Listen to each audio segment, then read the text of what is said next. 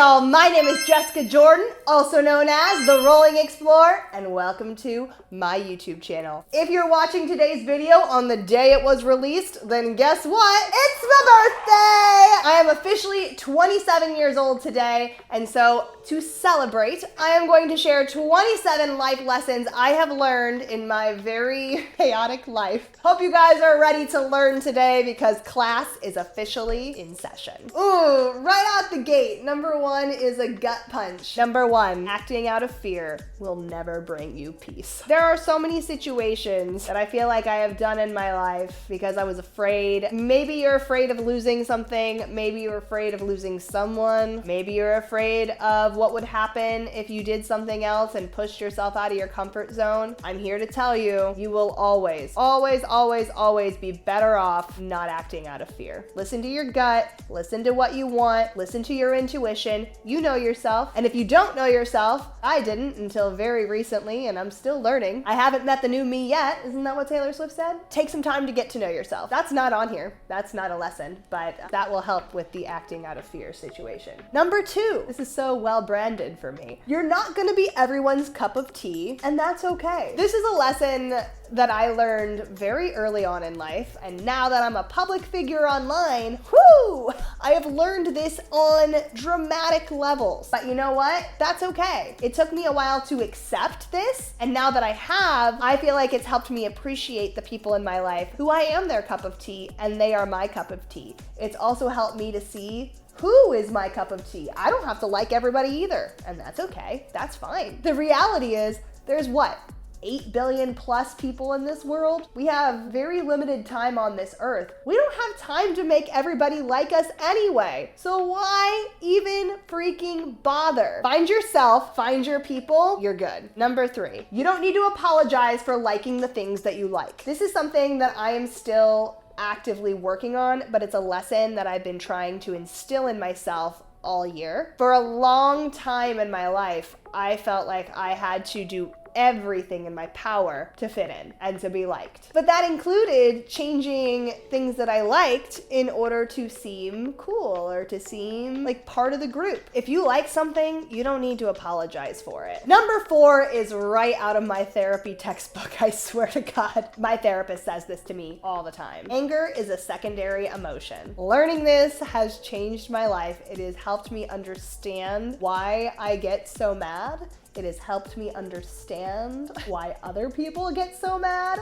and it has helped me just empathize with myself and others on such a deeper level. Number five, you can't control other people. You can control how you react to other people. You can control your own behavior, your own thoughts, your own feelings, to an extent, actually. Like some thoughts I can't control because anxiety. But generally speaking, you're in control of yourself and other people are in control of themselves. The world is full of different perspectives. The world is full of different beliefs, and learning this has helped me with so many of my relationships. So you can't control other people. People are gonna do what they want, and at the end of the day, that is that. That is that. And that is a big reason why it's important not to give other people too much power in your life. Get to know yourself. How many times am I gonna say that in this video? Get to know yourself. Discover yourself. Find out what you want. Don't be afraid to like the things that you like, because you can't control other people, and you need to be able to make your own self happy. These are all like a connect the dots together right now. I'm sorry, I didn't plan on it being this preachy. Number six is a bit more practical. Get a credit card as early as physically possible and use it as much as you can use it responsibly. My mom had me get a credit card pretty much right after I graduated from high school, and I'm so freaking grateful that she did that. I wasn't using it for a whole lot back in my early days of college, but just having that credit history has helped me so much, especially this year, going through a divorce and international, moving into a new apartment. Having a good and high credit score saved my ass in so many ways. Credit card every freaking day for everything, and then just pay it off in full at the end of the month. You're good as gold. That is truly one of the best financial tips I can give you that I think every single person can benefit from. Number seven, your body has a voice. Listen to it when it screams at you. My anxiety is so deeply connected to my physical health that when I'm super anxious about something, I can't eat, I get really nauseous, I almost throw up, I lose weight. It's really unhealthy. And I'm not talking like everyday anxieties like, oh no, should I send that text to that person? Or, oh no, I'm gonna be late because I'm missing the bus or whatever, like everyday little anxieties like that. I might feel a little nauseous here or there, but no, I'm talking stop you in your tracks. Your body is not going to let you move forward because it is so absolutely terrified of what is happening to it. Stop and look at the bigger picture. And I've had this happen to me a few different times in my life. Learn to be in tune with your physical and mental health because your body tells you when things are good and safe, and they tell you when things are dangerous and unhealthy. Number 8, I've said this for years, I stand by it. I absolutely think that this is the best way to protect your peace. And that is to forgive but never forget. You can accept people's apologies. You can even move forward and continue to have relationships with people, but you can forgive and not forget. Number 9, being single is a privilege and is often fleeting. Enjoy it while it lasts. We as a species are built for community. And when you're extroverted like me, you love having other people around. I have been told several times from people in my life, from psychics, and just like in my own deep understanding of who I am, that I like being in relationship with other people, whether that be friendships or romantic partnerships, doesn't really matter. I like to be close and vulnerable with other people. But this year I've had the unique opportunity to once again find out what it's like to be single. And y'all, it's pretty freaking great. You have so much time. Figure out what you like, do what you like without anybody coming in and telling you, hey, maybe don't do that, or disrupting your schedule, or having to conform to somebody else's schedule. No. It's your schedule. You get to set the rules. You get to decide the decisions. You get to do what you want to do. And that is something so unique to being single. And it's something that 100% should be enjoyed to its fullest the entire time that you are single, including while you're dating. Let yourself enjoy the time. Number 10, I love this one, pretty straightforward. Tea gives you a caffeine boost without the anxiety that comes with coffee and the waistline that comes from soda. When I was in college, I drank soda every freaking day my freshman year. And guess who gained like 15 to 20 pounds? That's right, me. Don't recommend soda if you need caffeine. Coffee, on the other hand, is something I got into quite a bit my senior year of college, and then furthermore, after I graduated, for that first 6 months after graduation. Y'all, my anxiety was through the roof. Heart palpitations I was having every single day was so scary. It was terrifying. Not the vibe. Nope, nope, nope, nope, nope. Tea took me a really long time to get acquired to, but now that I am, it is the perfect dose of caffeine for me personally. And from other people that I know that have switched from coffee to tea, they say a very similar thing. So if you are struggling with caffeine, needing that extra boost of energy in the morning, I feel you, I'm with you, maybe consider tea. Number 11, I am so passionate about this. Texting is the worst form of communication. Period, the end. I'm a writer. I studied writing at university. I write every single day. They overanalyze every single word and its placement and where it goes because that's what I've been trained and taught to do for literal years. And professionally speaking, it can make or break how I'm perceived by my audience. So writing is something that is so scary for me, something that brings a lot of anxiety for me. So when I'm texting, I'm overanalyzing not just my words, but also the text. Because the other side of an English degree is reading and analyzing text. And so when I'm communicating with somebody via text, I personally put so much emotion behind it, even if it's not there. And I project both positive and negative feelings into a text message. And the thing is, I know for a fact that I'm not the only person that does this, and it gets to be so unhealthy because you're missing vital parts of communication, including tone and body language, and all of these things that you cannot get through a text. So with that said, if you are newly getting to know somebody, don't worry about texting so much. It will not make or break your connection. And even more so than that, if you are close with somebody, not just in a romantic sense, I'm talking about family and friends, maybe consider picking up the phone and giving them a call if you're not in close proximity to them. To me, texting should be used to make plans, do little check-ins here and there, and that's it. If you're having deep and emotional conversations over text, or if you're trying to have conflict resolution over text, that's even worse. And I think especially for me, my ex and I lived apart and in a long distance relationship for over half of our relationship. It was a long time. A decent chunk of our relationship was over text. And I was able to put more feeling and more emphasis, or incorrect feelings, or wrong emphasis, or whatever it may be, however you want to perceive what I'm saying. I was able to create more meaning out of things than what necessarily needed to be there, both for the good and the bad, right?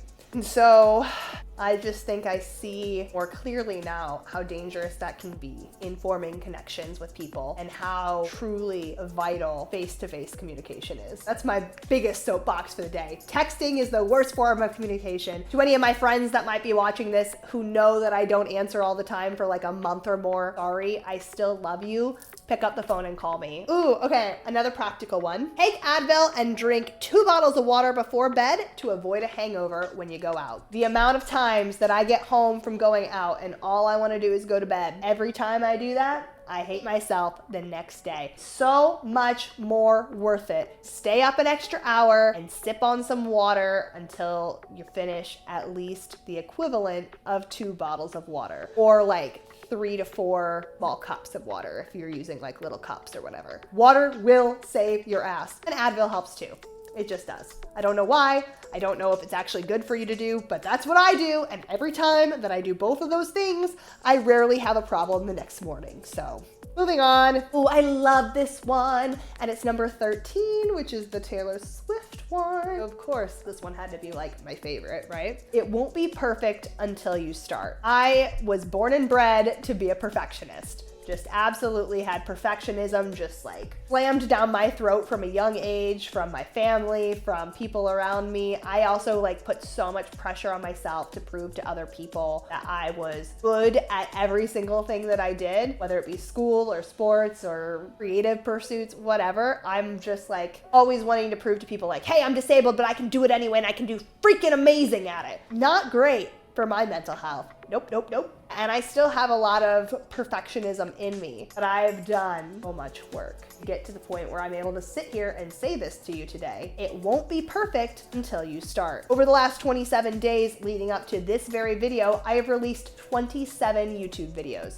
Guess what? Not every single one of them was a hit. Not every single one of them was good. And to be honest, I'm not even proud of every single one of them. But I put 27 out there because in order to get better at making YouTube videos, I have to make YouTube videos. It's not going to be perfect until you start. So just get started. Number 14, being cringe is better than being bored. If you are so worried about how other people are going to perceive you, if people are going to think, oh my God, they're so cringe, like I can't believe that they're doing that, or they're trying to do this, or they're trying to start their own business, or they're trying to be a content creator, or they're trying to be on this team if you're in high school, or they're trying to go to this university, or they're trying to have that job. Stop. You have every right to do that because it's your life. It is better to be cringe than to be bored. Number 15, there is no such thing as being too much. Since I was in middle school, I have had people call me too much in one way or another. Think back at that time, it was being called, oh, you're so extra. And then it eventually transpired into, oh, you're just too much. And I've had everybody tell me this. I've had family tell me this. I've had friends tell me this. I've had partners tell me this. There is no such thing as too much. If you are being your authentic self, that's not too much. That's perfect. And if somebody thinks it's too much, then they're not your person. 16. We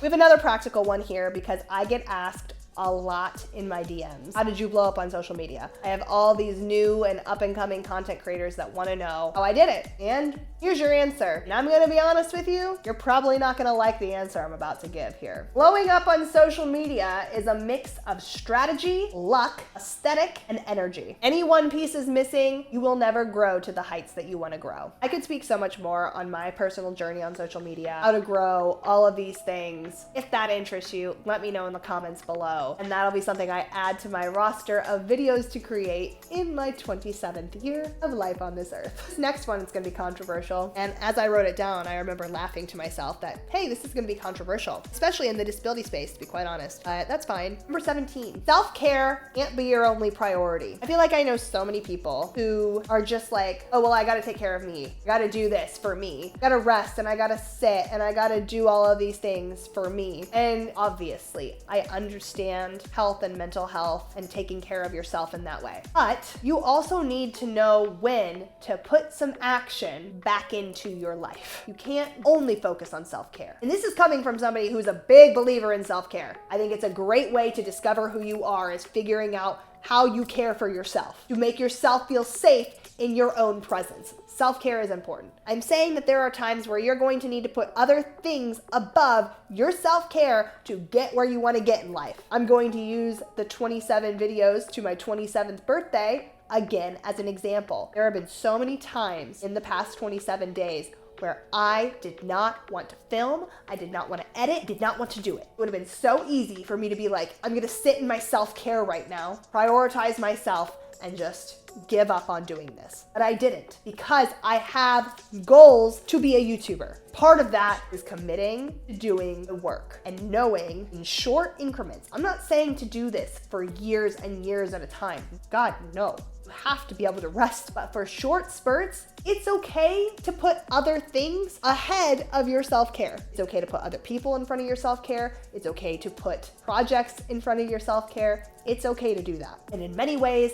it will help you in the long run, which is almost a type of self-care. 18, therapy. Your living space and your own professional and personal development are the 3 best things to spend your money on. Basically, invest in yourself. Number 19, if you're not using LinkedIn, you need to be. I don't care what industry you're in. I don't care what you do for a living. Get on LinkedIn. We may not always like the system. We may not always like the tools, but if we exist within the system, we have to use the tools that the system uses, and LinkedIn currently is a great tool. Personally, I have gotten so much work from LinkedIn. 20, self-pity days are the key to moving on. You gotta sit in your feelings, folks. You gotta sit in them. It's uncomfortable. You're not gonna wanna do it. And I'm really lucky because typically when I allow myself to have a self-pity day, or my most recent breakdown was about a self-pity 2 weeks. Once I had that, I felt so ready to attack life again because I had felt all my feelings. I had sat with everything. I had journaled, I had worked through it, I had tried to figure it all out. So take a self-pity day. Take 5, take 30.